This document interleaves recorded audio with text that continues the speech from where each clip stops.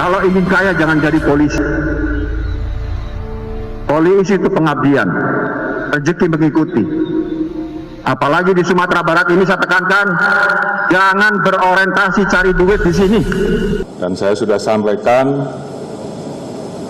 bahwa siapapun yang terlibat, tidak peduli pangkatnya apa, jabatannya apa, pasti kita tidak gas.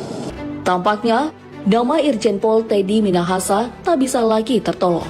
Karena baru-baru ini, institusi kepolisian dibuat terkejut dengan penangkapan Teddy Minahasa dalam kasus Napsa.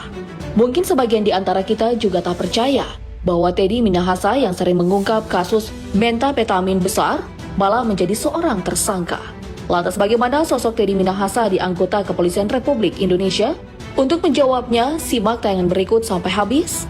Mari kita bongkar.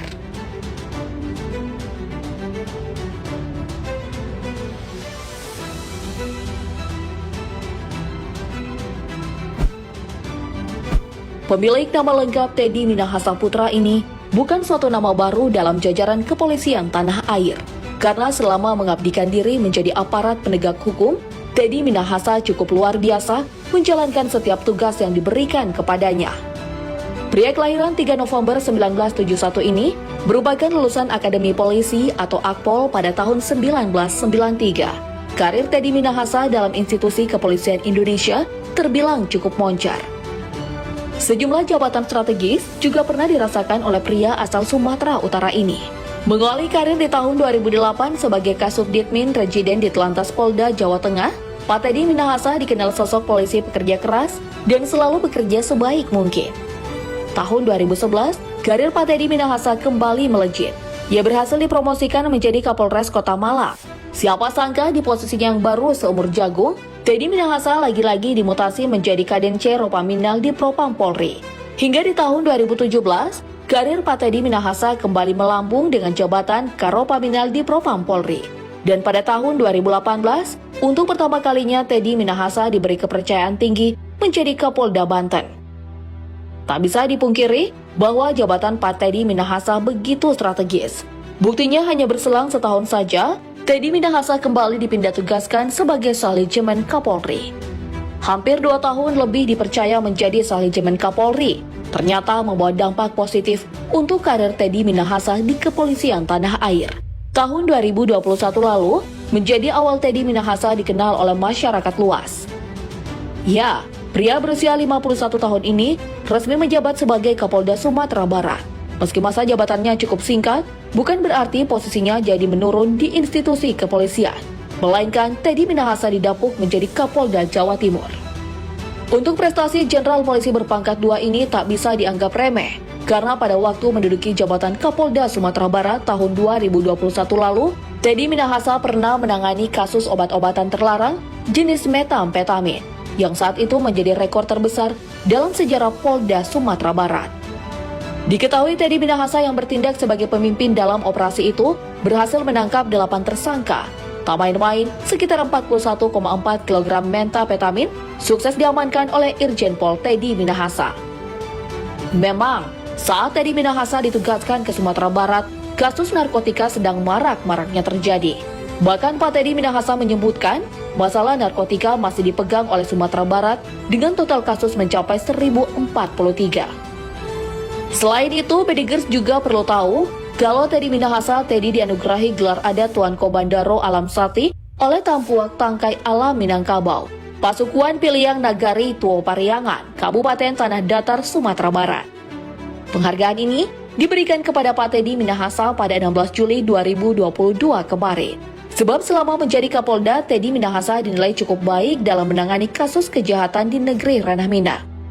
Salah satu buktinya, Teddy Minahasa cukup sukses dalam melakukan pengedaran vaksin COVID-19 kepada masyarakat Sumatera Barat. Sampai-sampai, Teddy Minahasa disebut Sang Jenderal Penyelamat. Melalui perannya, Teddy Minahasa berhasil mengadakan vaksinasi kepada warga Sumatera Barat. Tak terkecuali dengan lansia, orang dewasa hingga yang lainnya, semua mendapat perlakuan sama dan divaksin secara tertib. Kemudian polisi yang memiliki segudang pengalaman di lalu lintas ini juga pernah menjadi ajudan mantan Wakil Presiden Republik Indonesia, yaitu Pak Yusuf Kalla. Bukan cuma itu, Bedigers, tahun 2017, Teddy Minahasa sempat direkrut sebagai staf ahli Wakil Presiden Yusuf Kala. Hebat bukan? Karir dan prestasinya yang begitu cemerlang tak membuat Teddy Minahasa lalai dalam dunia pendidikan. Meski di usianya yang sudah menginjak 50 tahun pada waktu itu, Teddy Minahasa berhasil meraih gelar Magister Hukum dari Universitas Brawijaya. Soal bahasa harta, Teddy Minahasa diketahui memiliki kekayaan yang bernilai cukup fantastis. Menyelisih data LHKPN Maret 2022 kemarin, Pak Teddy Minahasa setidaknya punya nominal kekayaan mencapai 29,97 miliar rupiah. Wah, ini sih perfect ya kalau menurut aku. Ngomong-ngomong, harta Teddy ini didominasi oleh tanah dan bangunan yang termasuk dalam kategori harta tak bergerak. Irjen Pol Teddy Minahasa tercatat mempunyai 53 bidang tanah dan bangunan yang tersebar di beberapa wilayah, seperti di Pandeglang, Pasuruan, Pesawaran, hingga di daerah Malang, Jawa Timur. Amazing kan? Dan harga tanah bangunan milik Teddy Minahasa ini senilai 25,8 miliar rupiah. Wow! Ditambah lagi, Teddy Minahasa juga punya harta bergerak. Sesuai yang dilaporkan, Teddy memiliki 4 kendaraan mewah, diantaranya ada mobil Jeep Wrangler tahun 2016, Toyota FJ 55 1970, Toyota Land Cruiser HD J80R keluaran 1996, dan terakhir motor Harley Davidson 2014. Jika kita total 4 koleksi kendaraan milik Pak Teddy Minahasa mencapai 2 miliar rupiah.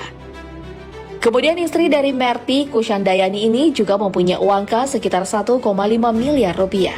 Namun sayang, di tengah popularitas Irjen Pol Teddy Minahasa yang sedang naik, Polri harus ternodai dengan kasus penemuan metamfetamin seberat 5 kg. Sesuai hasil keputusan Kapolda Metro Jaya Fadil Imran, Teddy Minahasa Putra telah ditetapkan sebagai tersangka yang berperan menjadi pengedar.